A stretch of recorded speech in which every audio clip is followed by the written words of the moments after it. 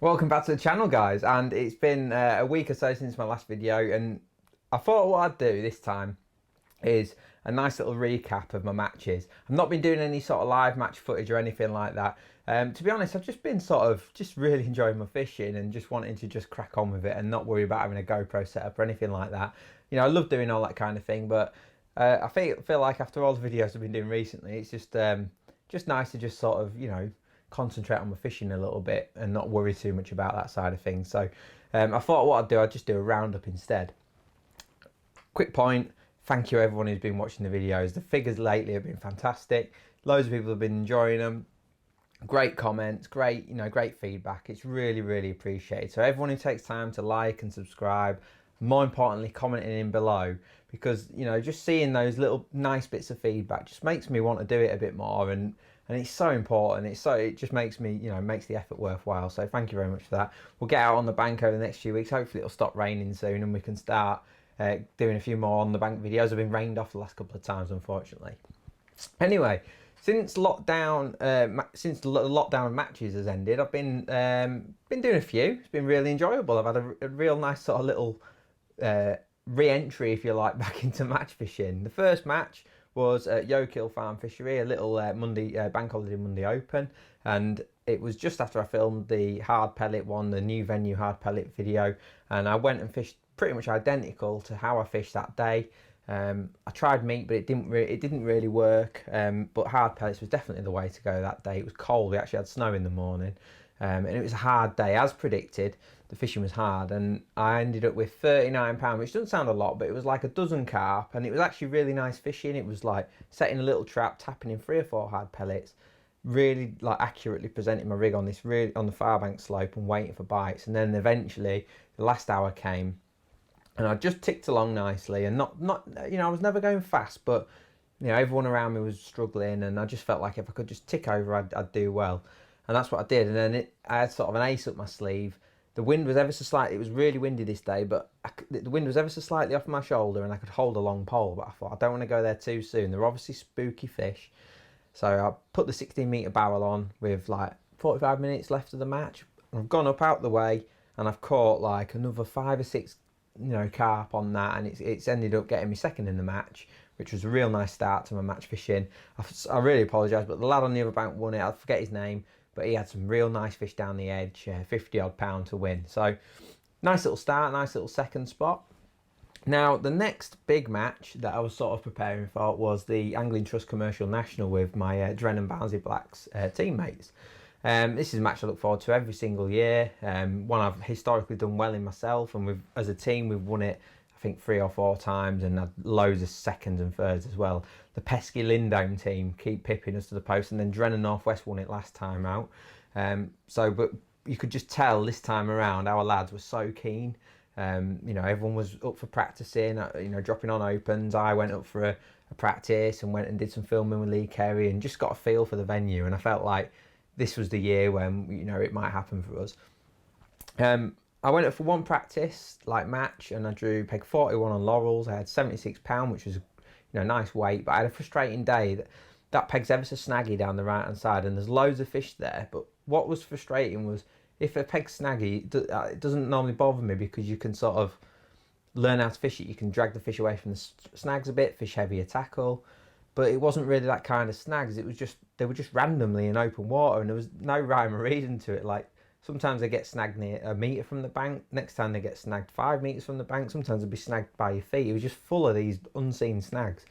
And it cost me a lot of fish that I did. I must have lost at least 10 fish in these snags, and you know, I had some big carp down that edge. So, you know, 90 odd pound James Dent on the island won the section with 90 odd pound, and I'm sure if I'd have just, I don't know, somehow mastered that edge with a losing fish in the snags, I'd have probably caught that, maybe a bit more. So that was a bit frustrating. But it gave us a good idea. And the key thing for me was I'd fed maggots. I made a switch to maggots halfway through the match, and it just didn't work. It just didn't work, and it's a bit of a theme this is for the next few weeks of my fishing.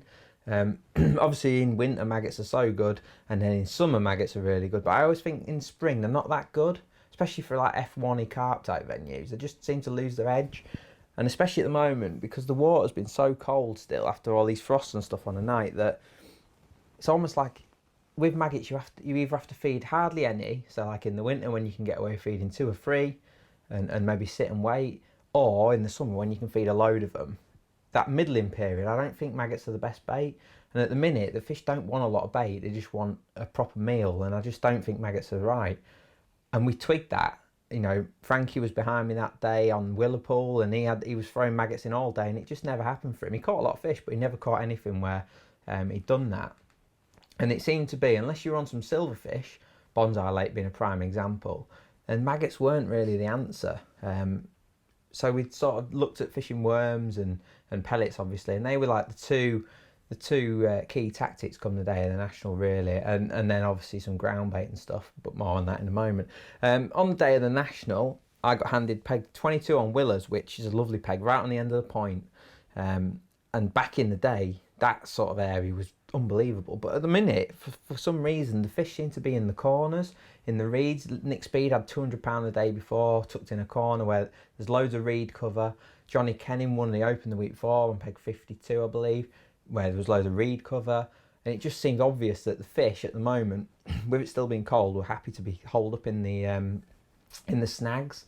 And my peg just wasn't, it didn't have any cover at all, it was just an open water, but I fancied it still, and I definitely fancied it for good points. The plan on the day revolved around, I was going to start and try and fish pellets short for as long as I could, just to sort of let my peg develop naturally, and then I was hoping, because it was deeper in the edge, it was probably 5 foot in the edge on a top kit either side, than it was out in the lake, so I was hoping that I'd just fish worms either side of me and catch like skimmers, odd F1 throughout the day. Anyway, I've set off on this pellet swim, and it's taken me an age to get a bite, like an absolute age, like 15 minutes, which is unusual. Normally, if you start on soft pellets on a lake, especially like Willers, where there's a lot of F1s, you know, you get bites immediately, and it just didn't happen. And I was starting to fear the worst. I was sort of fishing away, caught one eventually, and then I caught another one, and it just took me ages to get going, and it just wasn't happening. And I noticed around the lake, apart from the guys in the corners, no one was getting a sign. So I've come in on my worms thinking I'll maybe catch a few silvers and stuff on that. And I caught 2 big F1s straight away, like good fish, like 3-pounders. Big prime F1s they were. And I thought, oh, this would be nice now, settling on these worms. But then no more bites. So it was then a case of just sort of rotating swims, really. And nothing was happening. I'd been loose feeding casters on a long pole because I had so much space.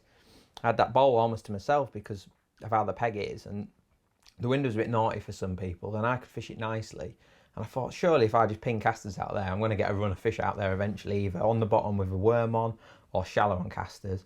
And I've gone out on the bottom with a worm on, and I've got like a skimmer, a couple of skimmers and a few roach and stuff, and I've had one little scratty F1.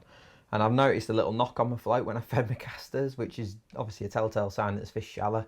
Gone out with a shallow rig on, turned it over, got an F1 straight away. I was like, yes, here we go. I'm going to cruise to a section win here.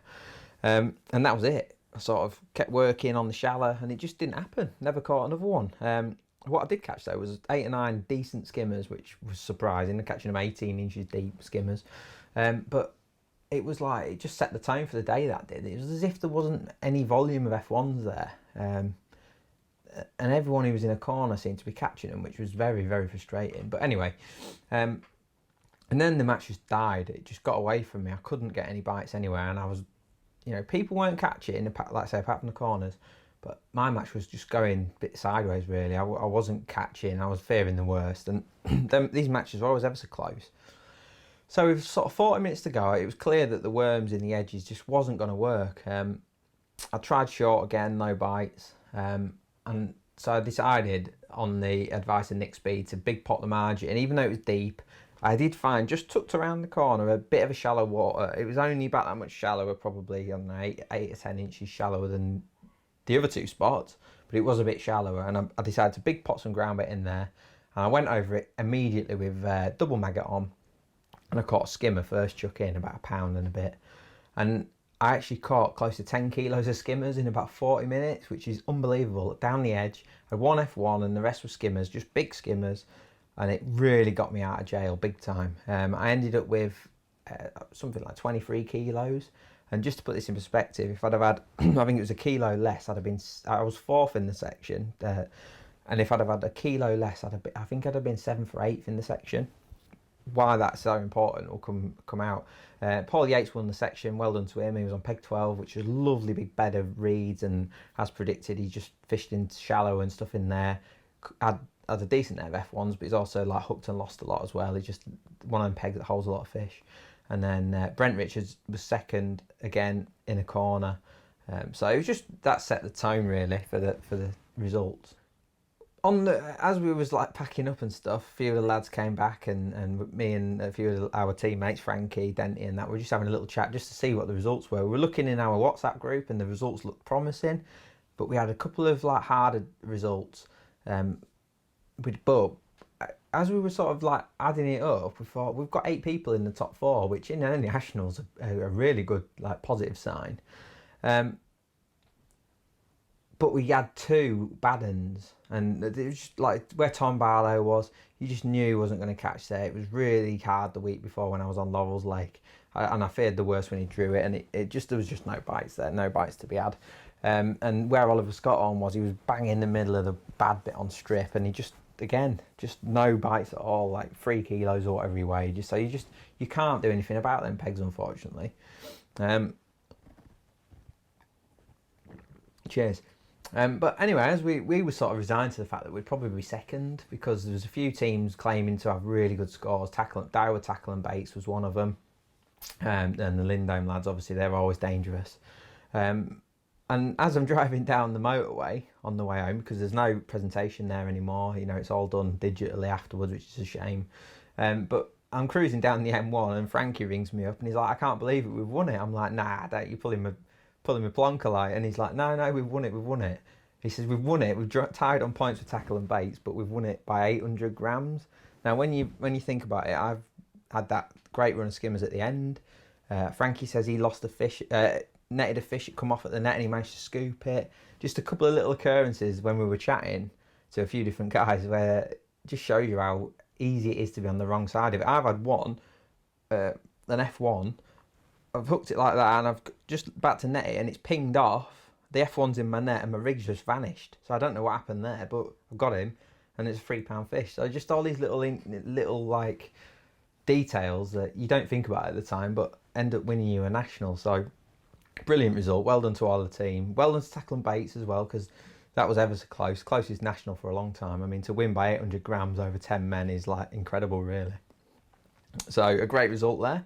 And then with that one out of the way, it's been sort of getting onto some open matches, really. We've had, I don't know why, I've been filming a lot recently and stuff, and I just sort of got this urge to go sort of F1 fishing again, like the Lindome sort of experience sort of got me thinking about fishing for F1s again. It's something I've not done for a long time, not proper F1 fishing. As many of you'll know, I used to fish Tunnel Barn Farm weekly at one time, and I've not actually fished there for 4 or 5 years. Just needed a break. It's one of them things, the more you do something, you know, sometimes you just need a break. And I felt the time was right. There were a lot of people catching on meat, which is what I used to do there. I used to love fishing meat.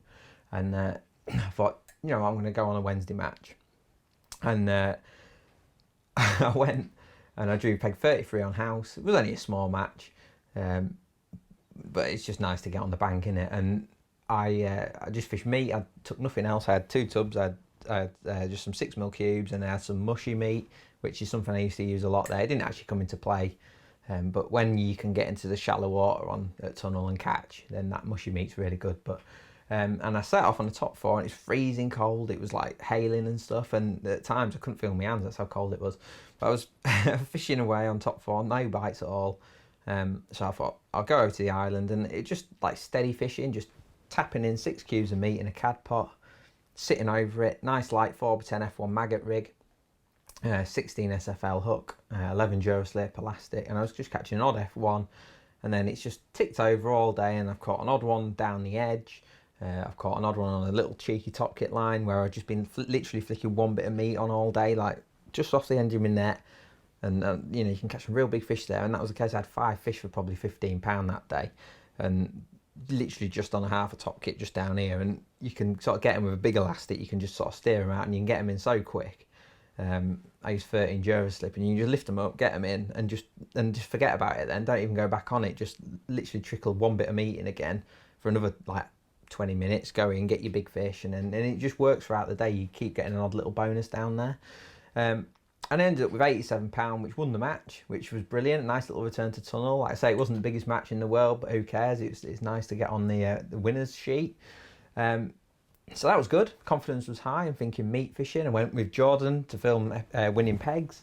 The next day, it looked to me like the rain had pushed and the sleet and stuff had pushed the fish into shallow water. That was my observation from tunnel.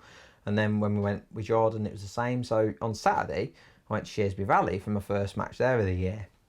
I drew peg 18 on Hurricane, which I've won off that peg before with a big weight. But it wasn't going to be a big weight day because you could see the bottom in the edge. It was really clear. But it was windy and horrible. It chucked it down. And I just thought I'll fish pellets nice and tidy at 5 metres, take what I can for a couple of hours on that line.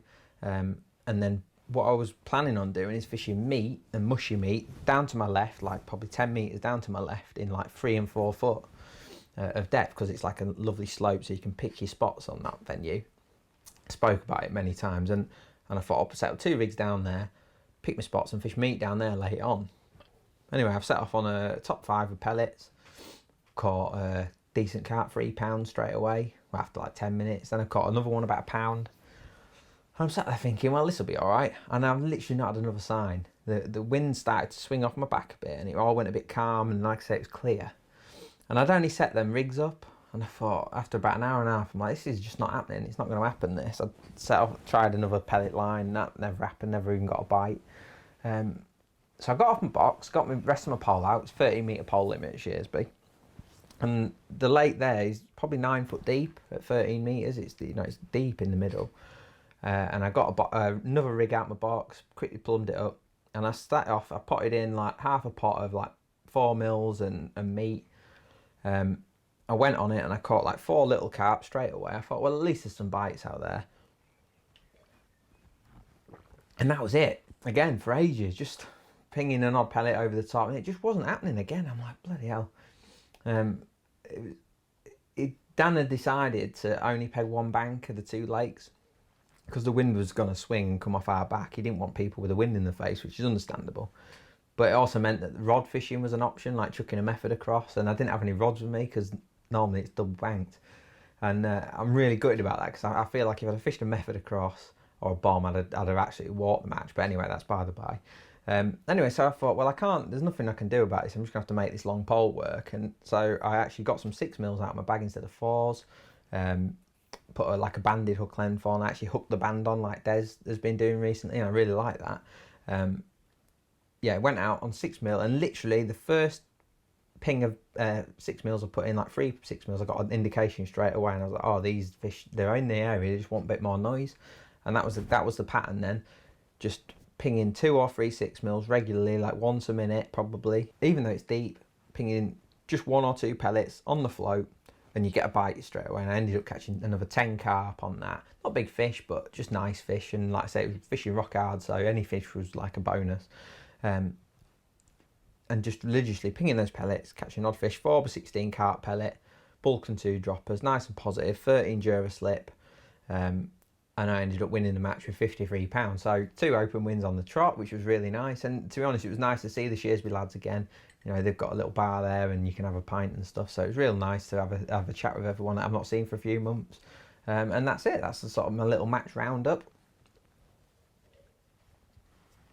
So a really successful return to match fishing, really. Obviously won the national, 2 open match wins in the second, and then a bit of a rough day on Laurels when I had a great day's fishing, but got a bit of a frustrating day. So there you go. Thanks everyone for watching. I don't know what's next really. Probably a few more opens at Shearsby, maybe Yokil, and maybe even sneak an odd one at Tunnel as well. But apart from that, it's going to be like I say, just open matches for the next few months. But let's just hope we get some warm, settled weather, because I feel sorry for the fishery owners at the minute, because fisheries are getting dragged down with this cold weather. So thanks everyone for watching, and we'll see you again next time.